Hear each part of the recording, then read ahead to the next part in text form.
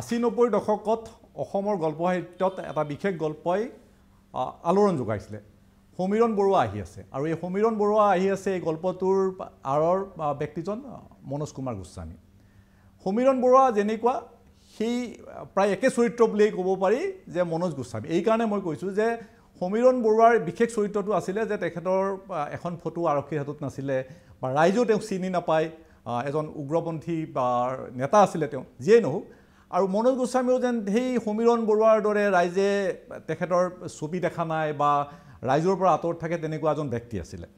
কিন্তু শেহতীয়াভাৱে এই মনোজ কুমাৰ গোস্বামী সমীৰণ বৰুৱাৰ চলাটো আঁতৰাই তেখেত লাহে লাহে ৰাইজৰ মাজত পৰিচিত মই এইটো অৰ্থতে ক'ব বিচাৰিছো যে সভালৈ যোৱা হৈছে ৰাজহুৱা সভালৈ যোৱা হৈছে বা ছ'চিয়েল মিডিয়াত সাংঘাতিকভাৱে এক্টিভ হৈছে গতিকে সেই ব্যক্তিজন আজি মোৰ সমতৰ অতিথি মনোজ কুমাৰ গোস্বামী মোৰ সৈতে আছে আৰু শেহতীয়াভাৱে মনোজ গোস্বামীৰ এখন নতুন কিতাপ প্ৰকাশ হৈ ওলাইছে বুক ফেয়াৰত প্ৰকাশ হৈ ওলাইছে মাৰাডোনাৰ ঘড়ী অৱশ্যে এই বিশেষ গল্পটো তেখেতে পূৰ্বতে লিখিছিলে আৰু এইবাৰ কিতাপ আকাৰে আৰু কেইটামান গল্প তাত সন্নিৱিষ্ট কৰি কিতাপ আকাৰে এইবাৰ প্ৰকাশ পাইছে গতিকে প্ৰথমতে মই মাৰাডোনাৰ ঘড়ীৰ পৰা মই তেখেতৰ আজি এই ইণ্টাৰভিউটো মই ল'ব বিচাৰিছোঁ যে মাৰাডোনাৰ ঘড়ী মই কৈছোঁ যে দুটা আপোনাৰ হয়তো ইয়াত নতুন গল্প আপোনাৰ সন্নিৱিষ্ট হৈছে আৰু বাকি গল্পকেইটা ইতিমধ্যে পাঠকে পঢ়িছে ফেচবুকতে হোক বা অন্যান্য ক্ষেত্ৰত আপোনাৰ পঢ়িছে বিশেষকৈ মাৰাডোনাৰ ঘড়ীত কিতাপখন মই চাইছোঁ বুক ফেয়াৰত মই কালেকশ্যন কৰি মই চাইছোঁ ইয়াত বিশেষ দুটা গল্প এটা গল্প হ'ল সোণালী তেজ আৰু সোণালী তেজটো আপোনাৰ ইতিমধ্যে প্ৰকাশ হৈছে আমাৰ অসমৰ যিখন দুৰ্গা পূজাৰ যিখন পৰিব্ৰকা আছিলে তাত আপোনাৰ প্ৰকাশ হৈছে আৰু এটা বিশেষ গল্প আত্মযোগ এই দুটা গল্প বিশেষ পৰীক্ষা নিৰীক্ষা কৰি পেলাই কৰা যেন লাগিছে আপুনি কি কয় ধন্যবাদ সুশীল মই আসলতে কিতাপক লৈ বা অন্য সন্দৰ্ভতো খুব কমেই কেমেৰাৰ সন্মুখলৈ আহিছোঁ গতিকে মই ভাবিছোঁ যে কিতাপ সন্দৰ্ভত কথা পাতিবলৈ বা নতুন প্ৰকাশ সন্দৰ্ভত কথা পাতিবলৈ ভাল লাগিব কিন্তু এই যে মই তোমাৰ গল্প দুটা কথা উল্লেখ কৰিলা এটা বহুত পুৰণা আত্মজ গল্পটো সৌৰভ কুমাৰ চলিহা ঢুকুৱাৰ পিছতেই সম্ভৱতঃ গৰিয়সীত প্ৰকাশ পাইছিলে আৰু মই পৰীক্ষামূলকভাৱে সৌৰভ চলিহাৰ শেষ সময়ত কেনেকৈ চৰিত্ৰবিলাক ওচৰলৈ অহাৰ চেষ্টা কৰিছে বিভিন্ন চৰিত্ৰ তেওঁৰ নিখিল হওক বিনু মিশ্ৰ হওক বা তেওঁৰ যিবোৰ জনপ্ৰিয় চৰিত্ৰ বুলি কৈছোঁ বহুপঠিত চৰিত্ৰ বুলি কৈছোঁ সেই চৰিত্ৰবিলাক কেনেকৈ তেওঁ সৃষ্টিকৰ্তাৰ পিনে তেওঁলোকৰ সৃষ্টিকৰ্তাৰ পিনে অহাৰ চেষ্টা কৰিছে সৃষ্টিকৰ্তা শেষত কেনেকুৱা অৱস্থা আছে সেই এটা মই পৰীক্ষা কৰাৰ চেষ্টা কৰিছিলোঁ গল্প হিচাপে খুব উত্তীৰ্ণ হয়তো নহ'ব পাৰে কিন্তু মোৰ এটা খুব আৱেগিক লেখা বুলি মই ধৰি লৈছোঁ কাৰণ তেওঁ তেতিয়া সদ্য তেওঁৰ প্ৰয়াত আৰু এনেকুৱা লাগিছে যেন আমি সাংঘাতিক কিবা এটা হেৰুৱালোঁ সাংঘাতিক এটা শূন্যতা আৰম্ভ হ'ল গতিকে তেতিয়া মই সেই কেৰেক্টাৰবিলাক আনি পেলাই এটা পৰীক্ষা কৰাৰ চেষ্টা অতি জটিল মই ক'ব কৈছোঁ যে পাঠক হিচাপে অন্ততঃ মই অতি জটিল গল্প বুলি মই ভাবোঁ বিশেষকৈ তাত সুৰেন্দ্ৰনাথ মেধি আৰু সৌৰভ চলিহা দুইটা চৰিত্ৰকে আপুনি তাত পৰ্ট্ৰেট কৰা মই দেখিছোঁ তাত আৰু বাকী চৰিত্ৰবোৰ যেনেকৈ ক'লে যে বেনু মিশ্ৰ এহাত দবাত আপোনাৰ বেনু মিশ্ৰৰ সৈতে তেওঁ যি দবা খেলাৰ এটা চৰিত্ৰ তেওঁ কৰিছিলে সেইটো আপুনি ইয়াত আনিছে গতিকে নিশ্চিতভাৱে মই ভাবোঁ যে অসমীয়া সাহিত্যত এইটো এটা ব্যতিক্ৰম প্ৰচেষ্টা নহয় হয়তো আৰু আছে মই ইমান হয়তো অৱহিত নহয় কিন্তু আচলতে পৰীক্ষা নিৰীক্ষা বা সম্পৰীক্ষা সাহিত্যৰে এটা প্ৰয়োজনীয় বিষয় কিন্তু এইটো চাব নালাগে মই ব্যক্তিগতভাৱে ভাবোঁ যে এনেকুৱা ধৰণৰ পৰীক্ষা নিৰীক্ষাই আকৌ মূল সাহিত্যৰ বা গল্পৰ বিষয়ৰ বা গল্পৰ কাঠামোটো নষ্ট কৰি দিয়ে এইটো প্ৰায়ে কেতিয়াবা হয় এনেকুৱা বেছি পৰীক্ষাৰে গল্পৰ কাঠামো নষ্ট হৈ যায় গল্পৰ যিটো মূল আধাৰ সেইটো নষ্ট হৈ যায় সেইটো হ'ব নালাগে বুলি মই ব্যক্তিগতভাৱে ভাবোঁ পৰীক্ষা বেছি হ'ব নালাগে গল্পত গল্প থাকিব লাগে সেইটো হয়তো খুবেই জৰুৰী সৌৰভ কুমাৰ চলিহাৰ সৈতে আপোনাৰ হয়তো এটা আত্মীয় এটা আপোনাৰ গঢ়ি উঠিছিলে কাৰণ মই দেখিছোঁ যে আপোনাৰ যিসমূহ গল্প বহুতে ক'ব বিচাৰে ডক্টৰ শিৱনাথ বৰ্মন ছাৰেও এইটো কথা উল্লেখ কৰিছিলে যে সৌৰভ চলিহাৰ কিবা এটা প্ৰভাৱ আপোনাৰ গল্পবোৰত থকা বুলি বহুতে ক'ব বিচাৰে আপুনি মানি লয়নে যে একেবাৰে 100% মানি লওঁ কাৰণ আচলতে প্ৰথমতে আমি গল্প যেতিয়া মই আৰম্ভ কৰিছোঁ তেতিয়া আমি সৌৰভ চলিহাৰ দ্বাৰা অনুপ্ৰাণিত বুলি কোৱাতকৈ মই প্ৰভাৱান্বিত বুলি ক'ব খুজিছোঁ বিভিন্ন মোৰ গল্পত প্ৰাথমিক পৰ্যায়ৰ গল্পত সৌৰভ চলিহাৰ গল্পৰ প্ৰভাৱ আহিছে প্ৰভাৱেই নহয় আনকি মাজে মাজেতো তেওঁৰ শব্দ ব্যৱহাৰ কৰিছোঁ তেওঁৰ বাক্য ব্যৱহাৰ কৰিছোঁ সেইটো কেতিয়াবা আপোনাৰ কুম্ভিলক বৃত্তি বা প্লেগাৰিজিমৰ সেই পৰ্যায়লৈ গুচি গৈছে আৰু পিছত কিন্তু সচেতনভাৱে মই তাৰ পৰা আঁতৰি অহাৰ চেষ্টাও কৰিছোঁ এই দুটা মোৰ লেখাৰ দুটা পৰ্যায় আপোনালোকে খুব মাইনুটলি চাই গম পাব কিন্তু প্ৰথম কথাটো হৈছে যে সৌৰভ চলিহাৰ লগত যেতিয়া মই এইবোৰ তেওঁৰ গল্পৰ প্ৰভাৱ পৰিছে বা তেওঁৰ লেখা মেলাৰ প্ৰভাৱ পৰিছে তেওঁ তেতিয়ালৈকে কিন্তু মই সৌৰভ চলিহাক লগ পোৱা নাই তেওঁৰ লেখা মেলাৰ পৰাই পৰিছে ব্যক্তিগত সম্পৰ্কৰ পৰা নহয় আৰু পিছলৈ কিন্তু তেওঁৰ সৈতে মোৰ ঘনিষ্ঠতা খুবেই বাঢ়ি গৈছে এটা সময়ত এনেকুৱা যে মই তেওঁৰ পৰিয়ালৰে এজনৰ নিচিনা হৈ গৈছিলোঁ তেতিয়ালৈ মই মোটামুটি লেখা মেলা কৰা বুলি এটা পৰিস্থিতি আহিছে আৰু তেওঁ মোক লেখা ভাল পায়নে তেওঁ মোৰ ব্যক্তিগত হিচাপে মোক ভাল পাইছিলে নাজানো কিন্তু তেওঁ মোক খুব মৰম কৰিছিল তেওঁ শেষ সময়লৈকে আমি তেওঁৰ ওচৰত থকাৰ চেষ্টা কৰিছোঁ ময়ে নহয় হয়তো আৰু কেইবাজনো মানুহ তেনেকুৱা ধৰণে আছে তেওঁৰ সৈতে কিন্তু মই তেওঁক ব্যক্তিগতভাৱে লিখক হিচাপে দুই ধৰণে পাইছোঁ বুলি মই আজি এটা সন্তুষ্টি লাভ কৰিব পাৰোঁ মই শিৱনাথ বৰ্মন ছাৰৰ কথা এটা লৈ পেলাই আপোনাক সুধিব বিচাৰিছোঁ যে ছাৰে কৈছে যে অনুনাদ শব্দটো আপোনাৰ এটা গল্প এটা আছে অনুনাদ সেইটো যিটো এটা ফিজিক্সৰ এটা শব্দ আৰু একেদৰে যদি ক'ব যোৱা যায় আপোনাৰ সুৰেন্দ্ৰনাথ মেধি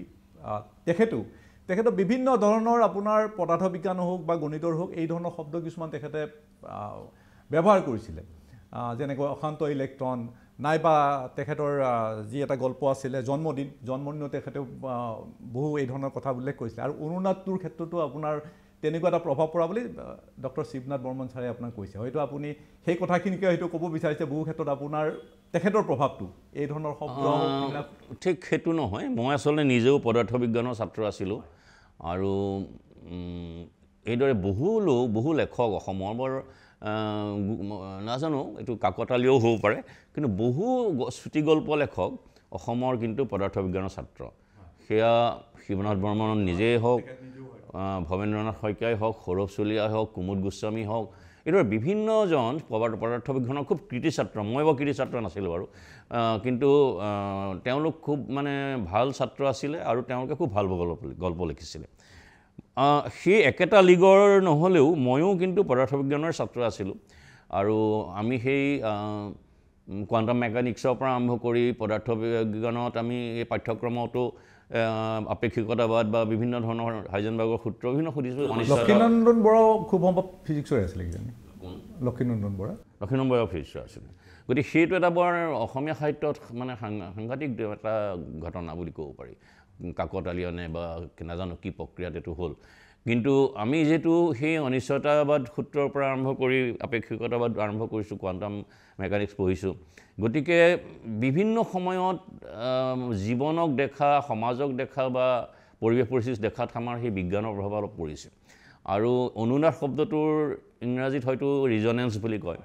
গতিকে সেই গল্পটো মই মোৰ স্বাভাৱিক প্ৰক্ৰিয়াতে আহিছে সেইটো শব্দটো কাৰণ সেই দুটা ঘটনা মই এইটোৰ লগত সেইটো ৰিলেট কৰিবলৈ যাওঁতে সেই অনুৰণন বা অনুনাদ শব্দটো মই আনিছোঁ হয় মই আৰু এটা কথা আপোনাক সুধিব বিচাৰিছোঁ বিশেষকৈ ধৰক আমি হিন্দী চিনেমাত কেতিয়াবা আমি দেখা পাওঁ যে কিছুমান সাংঘাতিক ৰেয়াৰ কিছুমান ডিজিজ লৈ পেলাই তেওঁলোকে চিনেমা বনাই মাজতে অমিতাভ বচ্চন এখন আমি চাইছিলোঁ তেনেকুৱা এটা ৰেয়াৰ ডিজিজ লৈ পেলাই এইবাৰ আপোনাৰ গল্পত মই এটা পালোঁ যে আপুনি শেহতীয়া আপোনাৰ যিটো সোণালী তেজ গল্ডেন ব্লাড সেই ধৰণৰ আপুনি এটা গল্প এটা লিখিছিলে ইয়াৰ আগলৈকে কিন্তু মই নিজেও নাজানিছিলোঁ যে এই ধৰণৰ কিবা ৰেয়াৰ ব্লাড থাকিব পাৰে বুলি সেই গল্পটোৰ সেইটো এটা মই অলপ কথাটো জানিছিলোঁ যে গল্ডেন ব্লাড বুলি কয় আচলতে খুব ৰেয়াৰ বিৰল এটা তেজৰ এটা সংযুক্তি সেইটো এটা মানে সেই ধৰণৰ তেজ পৃথিৱীত এতিয়ালৈকে 15জনমান ব্যক্তিৰ দেহতে আছে বুলি কয় তাৰে 4জনেহে ডোনেট কৰিব পাৰে বা 5জনে ডোনেট কৰিব পাৰে এনেকুৱা ধৰণৰ পৰ্যায়ৰ গতিকে গল্পটোত যেতিয়া মই গল্পটো শেষ তেনেকৈ কৰিম বুলি ভবা নাছিলোঁ কিন্তু যেতিয়া আৰম্ভ কৰিলোঁ গল্পটোৰ শেষৰ এটা যুক্তিপূৰ্ণ শেষ হ'ব লাগিব বা এটা মানে এটা সেই লজিকেল এটা হেৰিলৈ যাব লাগিব গতিকে মই সেই কথাটো লৈ আহিলোঁ কাৰণ সেই কথাটো মোৰ অলপ মনত খেলাই আছিল আগতে যে এজন মানুহৰ কিন্তু তাৰ পিছৰ যিটো কথা ক'ব খুজিছোঁ যে আচলতে মানুহৰ আজিৰ জীৱনত আজিৰ এই আধুনিক জীৱনত মানুহৰ পৰিচয় মানুহজন নহয় সেই আধাৰ কাৰ্ড পান কাৰ্ড বা তেওঁৰ ID তেওঁৰ বায়োমেট্ৰিক্স এইবোৰহে পৰিচয় সেইবোৰ যদি নাথাকে আজিৰ আধুনিক জীৱনত মানুহ এখোজো আগবাঢ়ি যাব নোৱাৰে গতিকে মানুহ হিচাপে মানুহৰ চৰিত্ৰ মানুহৰ স্বভাৱ ক্ষেত্ৰতকৈও এই ধৰণৰ ফিজিকেল যিবিলাক আইডেণ্টিটি সেইবিলাকহে দৰকাৰ হৈ পৰিছে গতিকে এই ধৰণে এক ধৰণৰ এক সাংঘাতিক সংকট মানুহ হিচাপে মানুহৰ কাৰণ যে মই কি মোৰ অস্তিত্ব প্ৰমাণ কৰিব এটা কম্পিউটাৰৰ টেগে বা এটা ইলেক্ট্ৰনিক টেগে সেইটোৱে এটা ডাঙৰ ঘটনা হৈ পৰিছে বুলি মই ভাবোঁ আজিৰ সমাজত আৰু শেষত মই এইটোৱে ক'ব খুজিছোঁ শেষটোত গৈ মই তেজত শেষ কৰিছোঁ এই কাৰণেই যে শেষত গৈ দেখিলোঁ যে তেজখিনিতো চব একেই যিখিনি মানুহক তেজ চবৰে একেই ৰং একেই কয় গতিকে সেই তেজ লৈহে আমি আচলতে শেষত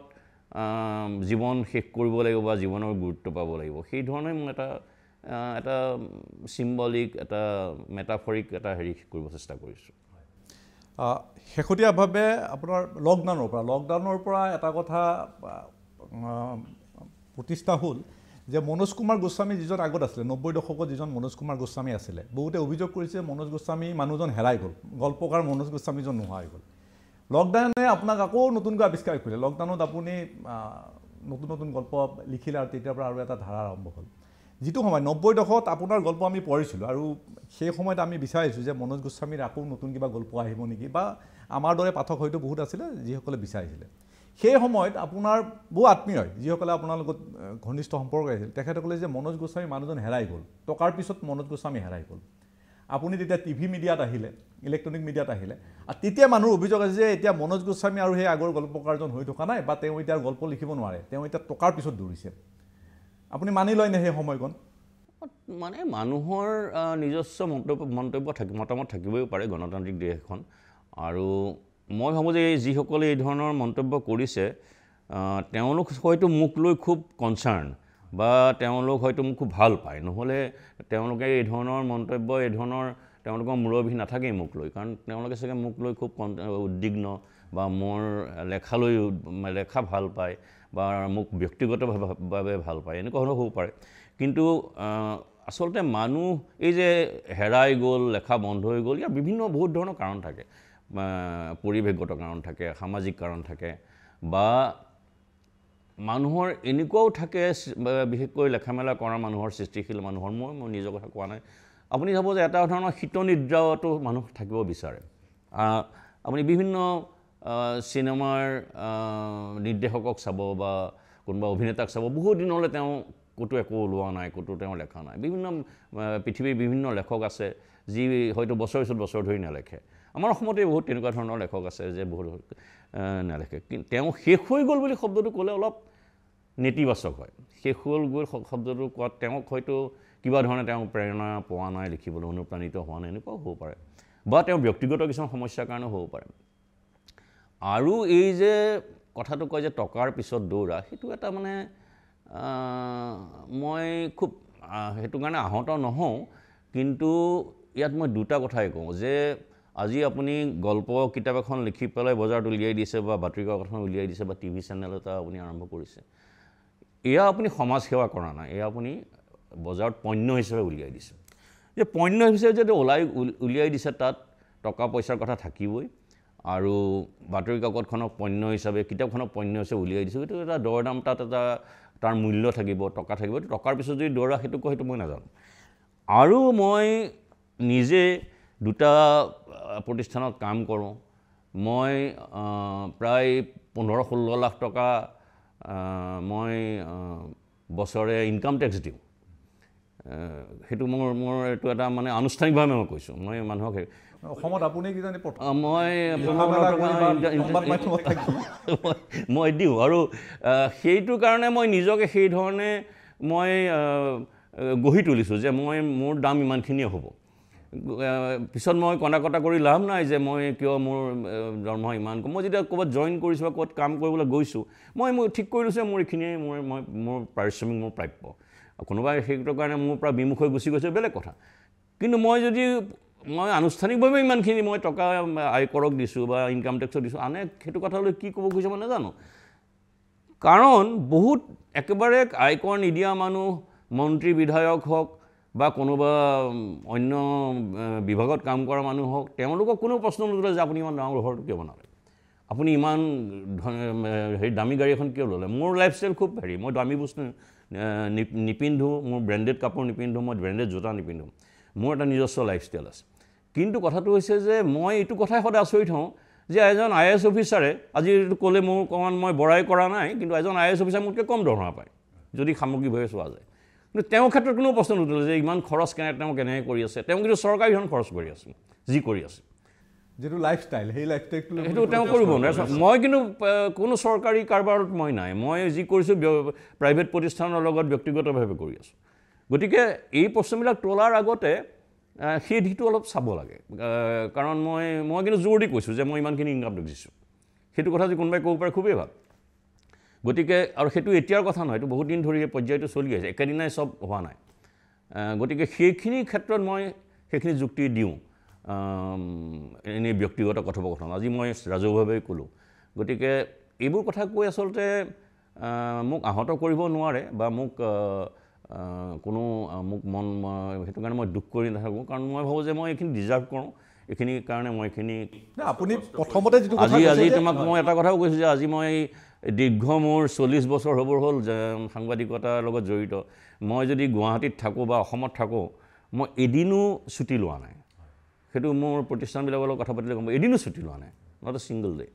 গতিকে কষ্টও কৰোঁ সেইধৰণে গতিকে মই ভাবোঁ যে মই যি পাইছোঁ মোৰ প্ৰাপ্য মই ক'ব বিচাৰিছোঁ এতিয়া যে যিসকলে আপোনাৰ প্ৰতি এই অভিযোগ আনিছে আপুনি কোৱাৰ দৰে সেই মানুহখিনিয়ে প্ৰকৃতাৰ্থত আপোনাক ভাল পাই পেলাই এইখিনি কথা কৈছে যে আপোনাৰ পৰা গল্প লাগে আপুনি কোৱাৰ দৰে যে আপোনাৰ শীতনিদ্ৰা ক'ব পাৰি যে লকডাউনে আপোনাৰ ভাঙিলে শীতনিদ্ৰাত আৰু সেই সময়ত মানুহ যি ধৰণে ঘৰত সোমাই থাকিবলৈ এটা পৰিস্থিতি হৈছিল একাংশ মানুহক কিন্তু আপুনি আমোদ দিছিলে মানে লিখা মেলাৰ জৰিয়তে হওক বা আপোনাৰ ছ'চিয়েল মিডিয়া যিসমূহ পোষ্ট সেইবোৰৰ জৰিয়তে আপুনি একাংশ মানুহ কিন্তু ব্যস্ত ৰাখিছিলে সেই সময়তে আপুনি এটা গল্প এটা লিখিছিলে ভাইৰাছ বুলি এটা গল্প লিখিছিলে খুব জনপ্ৰিয় হৈছিলে সেই সময়ত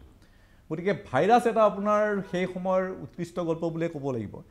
ইয়াৰ উপৰিও আপুনি বিভিন্ন চৰিত্ৰ আপুনি জন্ম দিছে অনাদি আপোনাৰ এটা চৰিত্ৰ উলি এটা আপোনাৰ চৰিত্ৰ এই চৰিত্ৰবোৰ আপুনি বহু দিনৰ পৰা আপোনাৰ পোহপাল দি ৰাখিছে আৰু লকডাউনৰ সময়ত সেইটো অভিযোগ নহয় কিন্তু বহুতে ধাৰণা কৰিছিলে যে আৰু এটা আপুনি বিশেষ চৰিত্ৰ এটা আপুনি জন্ম দিছিলে সঁচা মিছা আজিলৈকে ওলোৱা নাই আৰু সেই চৰিত্ৰটো আছিলে ডাক্তৰ সুকৃতি চৌধুৰী বুলি এটা চৰিত্ৰ এটা ছ'চিয়েল মিডিয়াত সাংঘাতিকভাৱে চৰ্চা হৈছিলে আৰু সেই সুকৃতিৰ মৃত্যুৰ খবৰ আপুনি দিছিলে গতিকে সেই কাহিনীটো অকণমান ক'বনে আজিৰ তাৰিখলৈ কিন্তু এই সুকৃতি সাংঘাতিকভাৱে জনপ্ৰিয় হৈছিলে সকলোৰে মাজত আৰু সুকৃতি হঠাৎ যেতিয়া আপোনাৰ মৃত্যু হোৱাৰ খবৰটো আপোনাৰ সংবাদ মাধ্যমতে পাইছিলে সকলোৱে ধৰি লৈছে যে এইটো মনোজ গোস্বামীৰ সৃষ্টি আছিলে সুকৃতি চৰিত্ৰটো সেইটো একেবাৰে 100% ভুল খবৰ মই কোনো সুকৃতি চৰিত্ৰ সৃষ্টি কৰা নাছিলোঁ আৰু সঁচা কথা ক'বলৈ গ'লে পিছতহে মই গম পাইছোঁ যে এনেকুৱা ধৰণৰ চৰিত্ৰ এটা আছে আৰু তেওঁ চবৰ লগত যোগাযোগত থাকে তেওঁৰ উত্তৰ দিয়ে চবৰে প্ৰশ্নৰ ইনবক্সতে হওক ক'ৰবাতেই হওক পিছতহে সেইবোৰ কথা গম পাইছোঁ কিন্তু মই এটা কথা মোক যিবোৰে জানে তেওঁলোকে নিশ্চয় ক'ব যে মোৰ ইমান সময় নাই যে কাৰোবাক ব্যক্তিগতভাৱে চবৰে প্ৰশ্নৰ উত্তৰ দি ফুৰিম আৰু মই সেইটো নকৰোঁ আৰু গতিকে কোনোবাই হয়তো এটা ভাৰ্চুৱেল চৰিত্ৰ সৃষ্টি কৰিছিল আৰু যিহেতু তেওঁৰ সময় নহ'ল বা হেৰি নহয় সেইটো চৰিত্ৰ হত্যাও কৰিলে আৰু মই তাক কোনো দোষণীয় দেখা নাই কোনোবাই যদি কৰিছে কোনোবাই সৃষ্টি কৰিছে হয়তো কাহিনীকাৰ হিচাপে বা সৃষ্টিশীল মানুহ হিচাপে তেওঁৰ সেইটো হেৰি আছে তেওঁ যুক্তি আছে মই এটা চৰিত্ৰ সৃষ্টি কৰিলোঁ মই তাক হত্যা কৰিলোঁ কাৰণ এইটো ভাৰ্চুৱেল চৰিত্ৰ এইটো কোনো ধৰণৰ শৰীৰ তেজ মঙহৰ চৰিত্ৰ নহয় আৰু কোনোবাই তাৰ কাৰণে চৰিত্ৰ নাইকিয়া কৰাৰ কাৰণে বেয়া পাইছে বা ভাল পাইছে সেইটোৰ লগত মোক টানি অনাটো আচলতে বৰ অদ্ভুত কথা কাৰণ মই প্ৰতিটো খবৰ দিয়াৰ ধৰণে মই কোনোবা যদি এজন গুৰুত্বপূৰ্ণ মানুহৰ মৃত্যু হয় বা কিবা ঘটনা ঘটে বা কিবা এটা ৰাজনৈতিক সামাজিক ঘটনা ঘটে মই চেষ্টা কৰোঁ ছ'চিয়েল মিডিয়াৰ জৰিয়তে এটা মানুহক ইনফৰ্ম কৰা এই সুকৃতি চৌধুৰীৰ কথাটোও মই সেই ধৰণেই ছ'চিয়েল মিডিয়াত দিছিলোঁ মোৰ মতসহ সাংবাদিকক এনে চ'ৰ্চৰ কথাটো সোধাটো বেয়া কথা বাৰু মই তথাপিতো আপোনাৰ অনুমতি লৈ মই সুধিব বিচাৰিছোঁ যে আপুনি বিভিন্ন খবৰ প্ৰথমতে দিয়াৰ দৰে সুকৃতি চৌধুৰীৰ যিটো খবৰ সেইটো একমাত্ৰ আপুনিয়ে লাভ কৰিছিলে আপোনাৰ কাকততে ওলাই নহয় সেইটো খবৰ এইকাৰণেই মোৰ কিন্তু মোৰ যিটো ইনটিউশ্যন আৰু মোৰ যিটো ধৰণৰ ষষ্ঠ ইন্দ্ৰিয় কিন্তু তেতিয়াই কৈছিলে যে যি ধৰণে সুকৃতি চৌধুৰীৰ মৃত্যু হৈছে বুলি প্ৰথমতে ওলাল জাপান নে ক'ত আৰু তাৰপিছতো ওলাল যে সুকৃতি চৌধুৰী খুব ৰুগ্ন অৱস্থাত আছিলে মই গোটেই কথাখিনি কিন্তু সন্দেহ হ'ল কাৰণ মই মোটামুটি বাতৰি কাকতৰ লগত জড়িত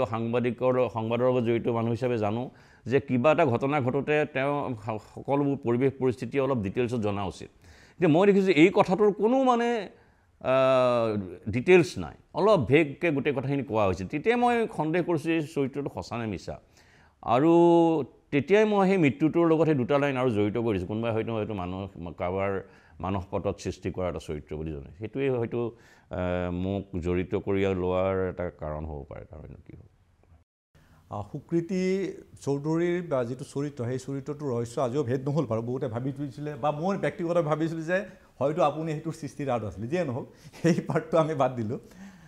মই অন্য এটা বিষয়লৈ আহিছোঁ আপুনি অকণমান আগতে এটা কথা এটা ক'লে যে আপুনি আজিৰ তাৰিখত কিবা এটা খবৰ পালে আপুনি যেনেকৈ সুকৃতি চৌধুৰী হওক বা বিভিন্ন খবৰ আপুনি চুমি বৰুৱাৰ কথাও মই আপোনাক সুধিম যে এই খবৰবোৰ আপুনি প্ৰথম ছ'চিয়েল মিডিয়াত দিয়ে কিন্তু অতি আচৰিত কথা যে আপুনি আজিৰ তাৰিখত হয়তো আপুনি একমাত্ৰ এজন সম্পাদক দুটা সংবাদ মাধ্যমৰ আপুনি জড়িত অতি জনপ্ৰিয় সংবাদ মাধ্যম অসমৰ দুটা জনপ্ৰিয় সংবাদ মাধ্যমৰ সৈতে আপুনি জড়িত এটা ইলেক্ট্ৰনিক মিডিয়া আৰু এটা প্ৰিণ্ট মিডিয়া এই দুইটা মিডিয়া আপোনাৰ হাতত থকাৰ পিছতো আপুনি আজিকালি যিকোনো খবৰে আপুনি আপোনাৰ চেনেলটো ব্ৰেক কৰিব পাৰে কিন্তু সেই ব্ৰেকটো আপোনাৰ প্ৰথম হয় আপোনাৰ ছ'চিয়েল মিডিয়াত নাই এতিয়া নতুনকৈ আপুনি প্ৰচাৰ বিচৰা নাই একেবাৰে ভুল তোমাৰ কথাটো কাৰণ তুমি যদি মোক গোটেই সময় হিচাপে ফ'ল' কৰা কোন সময়ত মই দিছোঁ মই আগতে মোৰ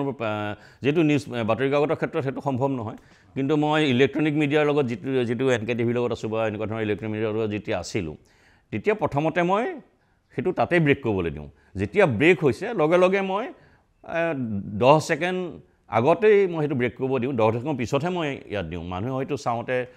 টিভিটো খোলোতে সময় লয় বা চাওঁতে সময় লয় কিন্তু মোবাইলত থকা ছ'চিয়েল মিডিয়াৰ পেজটো খোলোতে হয়তো সময় নলয় গতিকে সেই টাইম ডিফাৰেঞ্চটো আচলতে কিন্তু এটা আছে সেইটো কথা মন কৰা নাই চাগে কিন্তু মই ব্ৰেক কৰোঁ কিন্তু টিভিতে বিভিন্ন খবৰ মই আজি চুমি বৰাই হওক মুখ্যমন্ত্ৰী হিমন্ত বিশ্ব শৰ্মা যেতিয়া প্ৰথমবাৰ বিজেপিত যোগ দিয়াৰ সিদ্ধান্ত লৈছে সেই সিদ্ধান্ত লওঁতে তেওঁ প্ৰথমতে মই নাজানো কি কাৰণে তেওঁ মোক ফোন কৰি দিলি বা ফোন কৰি কৈছে যে দাদা মই বিজেপিত যোগ দিয়াৰ সিদ্ধান্ত ল'লোঁ এইমাত্ৰ মই অমিত শ্বাহ ঘৰত আহিছোঁ মই লগে লগে তেতিয়া লাইভত গৈছোঁ টেলিভিশ্যনত যে এইটো তাৰপিছতে মই ইয়াত দিছোঁ ছ'চিয়েল মিডিয়াত তাৰপিছত যেনে কোন মুখ্যমন্ত্ৰী হ'ব এইবাৰ চবৰে এটা দমোজাত আছিলে তেতিয়া মই শেষ মুহূৰ্তত মই ব্ৰেক কৰালোঁ টিভিত যে হিমন্ত বিশ্ব শৰ্মাই মুখ্যমন্ত্ৰী হ'বলৈ গৈ আছে বুলি ব্ৰেক কৰাইছোঁ আৰু কোন শপত লওঁতে কোনে প্ৰস্তাৱ উত্থাপন কৰিব কোনে সমৰ্থন কৰিব সেইখিনিলৈকে দিছোঁ তাৰপিছত মই ছ'চিয়েল মিডিয়াত দিছোঁ কিন্তু এই মানুহে যে টিভি খোলাৰ ক্ষেত্ৰত অকণমান হেমাহি বা টিভিৰ ওচৰলৈ যাওঁতে অলপ সময় লাগে ছ'চিয়েল মিডিয়াটো হাততে পায়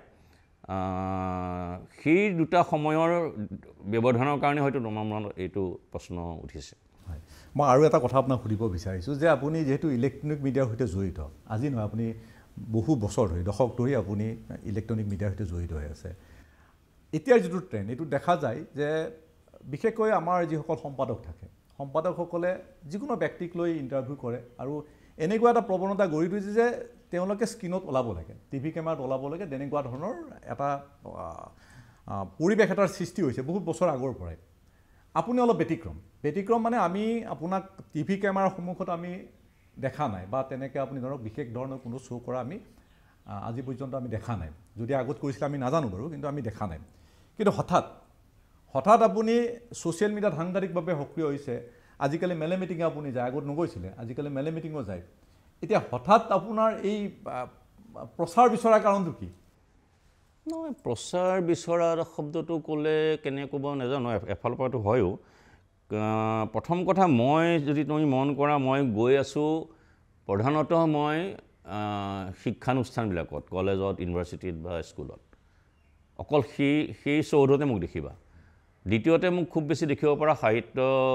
উৎসৱ বা গ্ৰন্থমেলাকেইখন তাৰ বাহিৰে মই ক'ৰবাত গৈছোঁ বুলি ক'ব নোৱাৰা কাৰণ আগত গৈছিলে নে আপুনি আগতো মই যোৱা নাছিলোঁ কিন্তু মই আগতে এইবোৰতো যোৱা নাছিলোঁ কিন্তু মই দেখিলোঁ যে মই যদি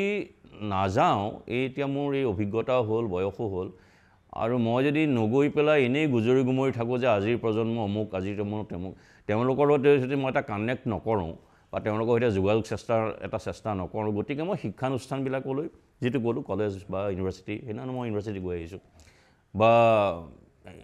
সাধাৰণ প্ৰাথমিক স্কুল এখনলৈ মই যাওঁ সোণালী জয়ন্তী হৈছিলে এখন বিশ্বনাথ তাতো গৈছোঁ গৈ পেলাই মই এটা চেষ্টা কৰোঁ যে মই এই প্ৰজন্ম যিটো জেন জেড বুলি কয় বা জেন আলফা বুলি কয় একেবাৰে 2010 চনত জন্ম হোৱা ল'ৰাটোৱে কি ধৰণে ভাবিছে বা 2005 চনত জন্ম হোৱা ল'ৰাটোৱে কি ধৰণে ভাবিছে সেই ধৰণৰ ল'ৰা ছোৱালীবিলাক কানেক্ট কৰাটো এই সময়ত মোৰ কাৰণে খুব দৰকাৰ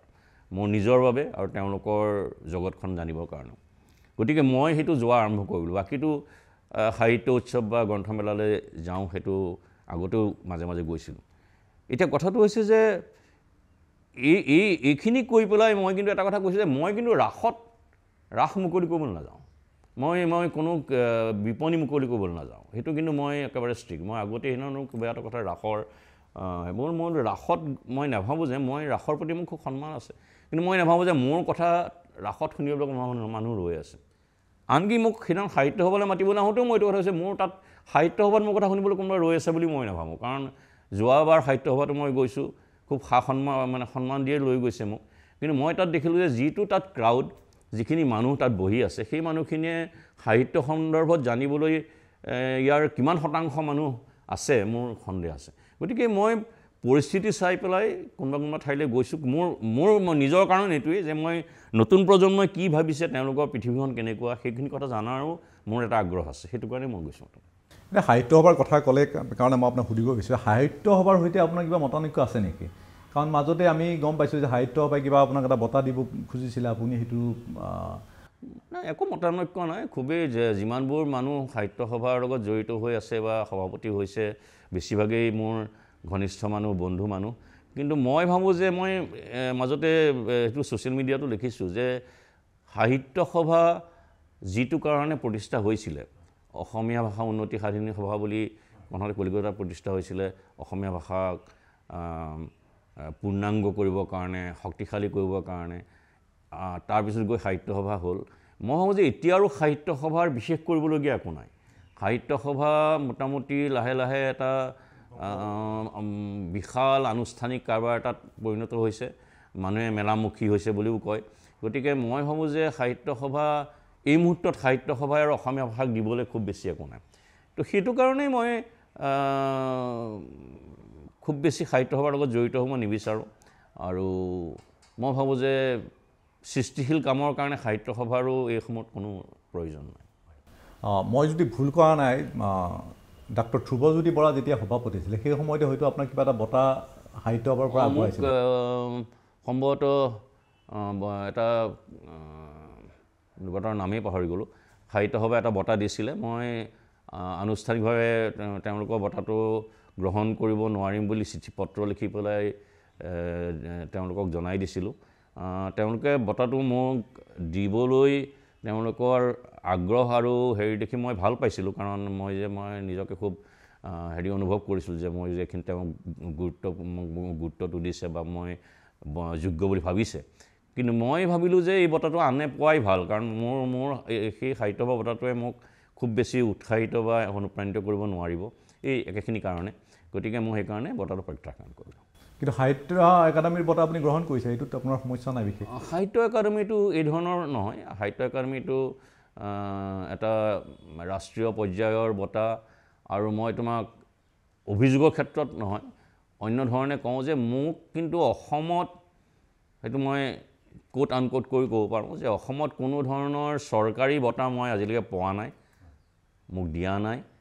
আৰু কোনো ধৰণৰ আনুষ্ঠানিক বঁটা মই লোৱা নাই অসমৰ হেৰিৰ পৰা। এনেই কোনোবা চিনাকি মানুহজনে কিবা এটা সন্মান যাচিবলৈ মাতিছে, সেইটো বেলেগ কথা। গতিকে যিখিনি পাইছোঁ, আজি এইটো সাহিত্য একাডেমীয়ে হওক, আজি কথা বঁটাই হওক, আজি সংস্কৃতি বঁটাই হওক, এইবোৰ চব মই ৰাষ্ট্ৰীয় বঁটা হিচাপেই পাইছোঁ। মই কোনো ধৰণৰ অসমত বিভিন্ন ধৰণৰ বঁটা যিবোৰ হেৰি হৈ আছে, মই সেই ধৰণৰ বঁটা মই লোৱা নাছিলোঁ। যিবোৰ প্ৰতিষ্ঠানিক বঁটা, চৰকাৰী বঁটা, মই কোনো ধৰণৰ বঁটা পোৱা নাই বা লোৱা নাই।